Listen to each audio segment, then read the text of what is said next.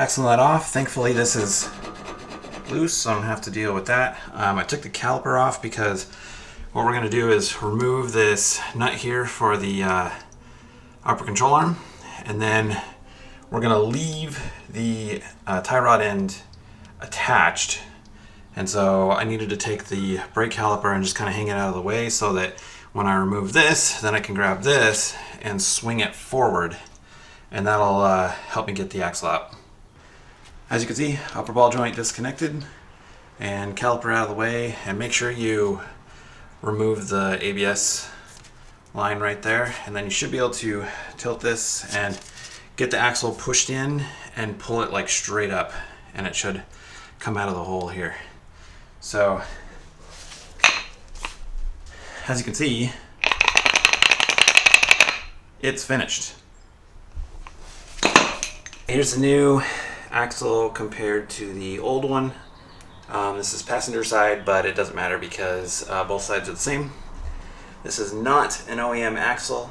I can't remember the brand off the top of my head, but in editing I will put the name of it down at the bottom of the screen, and I got them from Rock Auto, so we'll see how these things hold up. Right, as you can see, it is in there. Sometimes the end that goes into the diff is a little hard to like get it to shove in there and clip in, but it went in. So got the brakes back on. I went ahead and lubed up the slider pins while I was in here because I was getting a little bit of a shimmy issue when I first applied the brakes, so I'm hoping that it was either this that needed to be relubed because they were a little dry, or maybe the bad axle was causing it, so hopefully the new axle will fix it.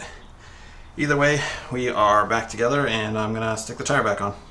Alright, got the left side apart. It took me a while to get the axle nut off because I don't know if you can see it, but it's kind of mushroomed a little bit on the end, and so thankfully it didn't strip, but it took some effort to get it off. And here's a look firsthand at the destruction, and also check out the dent in the front shock. I've already been in contact with AllDogs Offroad. They do have a replacement in stock, so they are going to find out what's charging me for it and get it on the way. So we'll have to replace that at some point. But right now I'm just gonna focus on the axle.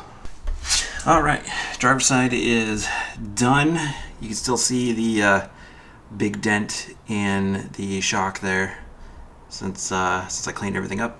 Just kind of wiped everything down. There's still a bunch here on the fender liner, but I'm not going to worry about that.